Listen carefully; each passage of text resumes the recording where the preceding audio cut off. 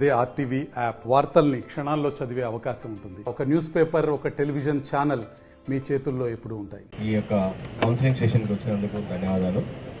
ఈరోజు already code వచ్చింది, parliamentary election start అవుతుంది. నెక్స్ట్ మనకు May 13th ఎలక్షన్స్ ఉన్నాయి. సో దీంట్లో భాగంగా ప్రీ ఎలక్షన్స్లో ఏమేమి యాక్టివిటీస్ పోలీస్ నుంచి చేయాలో అవన్నీ చేస్తూ ఉన్నాము. మావోయిస్ట్ సంబంధించింది. కానీ మీరందరినీ రౌడీ షీట్ అని మీద షీట్ పెట్టడం అనేది నాకే మంచిగా అనిపించట్లేదు. అందుకని మీరు అందరినీ చైర్లు వేసి కూర్చోబెట్టాను, లేకపోతే ఎండలు నిలబడాల్సింది. వేరే రకంగా బిహేవ్ చేయాలి, పద్ధతి వేరేగా ఉంది.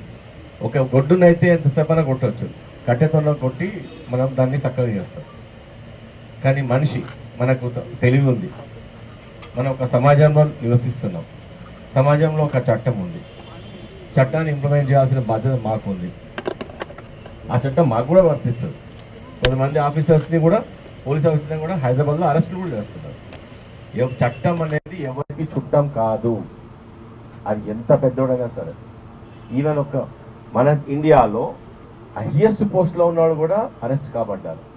అంటే మన చట్టం అంత పవర్ఫుల్గా ఉంది, మన కోర్ట్స్ అంత పవర్ఫుల్గా ఉన్నాయి, అంత నిజాయితీగా న్యాయంగా ఉన్నట్టు పాలు నీళ్ళు క్లియర్గా చేసేస్తారు. రాకెట్ స్పీడ్లో న్యాయం వచ్చి 100 పాయింట్ కొట్టేస్తుంది. అందుకని మనం చూస్తున్నాము కోర్టులలో యావజ్జీవ కారాగార శిక్షలు పడుతున్నాయి. ఈ మధ్య కోర్ట్స్ ఉరి శిక్షలు కూడా వేస్తున్నాయి. సో మీ అందరికీ సింగిల్ వార్నింగ్ ఏంటంటే, మీరు ఇప్పటి నుంచి, నేను ఈ ఎలక్షన్ సంబంధించి చెప్పట్లేదు, నా దగ్గర ఉన్న list 218 members in Mancherial zone. పిలుపు విని వచ్చినారు. మీ అందరికీ మీ అందరి మీద ఒక మంచి అభిప్రాయం ఉంది. మీరందరూ మంచిగా ఇప్పుడు ఏదో ఒక పని చేసుకొని బతుకున్నారు. ఎవరైనా క్రైమ్ చేస్తుంటే, అరే నేను క్రైమ్ చేశాను, నేను ఎంత అనుభవించాను, ఈరోజు నాకు రౌడీ షీట్ అని పేరు ఉంది, ఇక రౌడీ షీట్ అన్నప్పుడు ప్రతిసారి అయినప్పుడు నన్ను పిలుస్తున్నారు అంటే మీకు అవమానంగా లేదా? 10 ఇయర్స్ ఎవరికైతే మంచి ప్రవర్తన. మరిన్ని వీడియోస్ కోసం ఛానల్ ని సబ్స్క్రైబ్ చేయండి. లేటెస్ట్ అప్డేట్స్ కోసం వాట్సాప్ ఛానల్ ని ఫాలో చేయండి. అండ్ లింక్ డిస్క్రిప్షన్ లో ఉంది.